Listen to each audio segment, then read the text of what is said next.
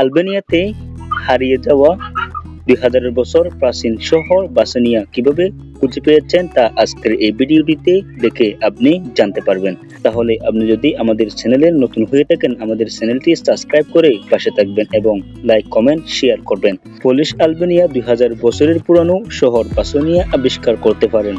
আলবেনিয়ার শকুটারের কাছে একটি পাহাড়ের চূড়ায় দুটি বড় প্রাচীন পাথরের কাঠামোর অবশিষ্ট অংশ খুঁজে পাওয়া হয়েছে। গবেষকদের মতো এটি সম্ভবত বাসনিয়া একটি শহর যা রোমান ঐতিহাসিক লিবি ইলিয়াসের শেষ রাজা জন্টিয়াসের সাথে রোমান সৈন্যদের যুদ্ধের প্রেক্ষাপটের বর্ণনা করছেন।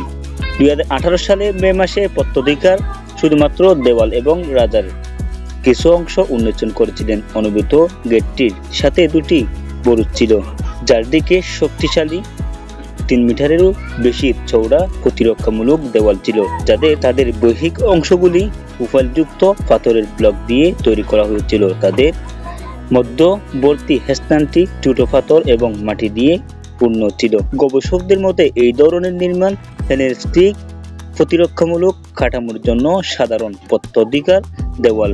Like, comment, share and subscribe for update videos. আসসালামু আলাইকুম ওয়া রাহমাতুল্লাহি ওয়া বারাকাতুহু।